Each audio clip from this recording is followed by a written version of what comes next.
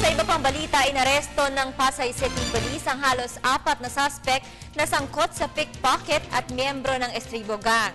Ang modus ng grupo ay pumipwesto malapit sa babaan ng isang pampasaherong sasakyan at saka holdupin ang lahat ng sakay. Para sa detalye muli, Julius Disamburo.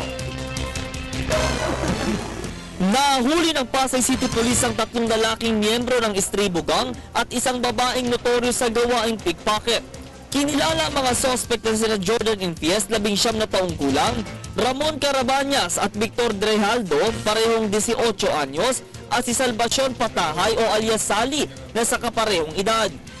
Ayon sa mga otoridad, matagal na sa gawaing ito ang mga nahuling 4 dahil sa halos talamak na nila itong isinasagawa sa mga inosenteng biktima.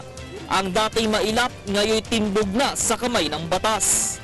Nang iharap sa mga miyembro ng media, mga suspect ay halos todo tanggi pa din sila sa nasabing akusasyon. Nagpaalala naman ng mga otoridad sa publiko na kung babiyahe ay maging alerto at palaging mag-ingat. Modus operandi kasi ng nasabing grupo ang siyang pagsakay sa mga pampublikong sasakyan gaya ng bus o jeep. Kadalasan ay hiwa-hiwalay sila kung pumwesto para hindi mahalata. Minsan ay gumagawa ng gimmick lalo na kung pickpocket ang isinasagawa at bigla-bigla na lamang magdedeklara ng hold up at saka manguhulimbat ng gamit sa kanilang mga biktima. Mula sa Pasay City at para sa Telebisyon ng Bayan, ako, Julius Disamburo.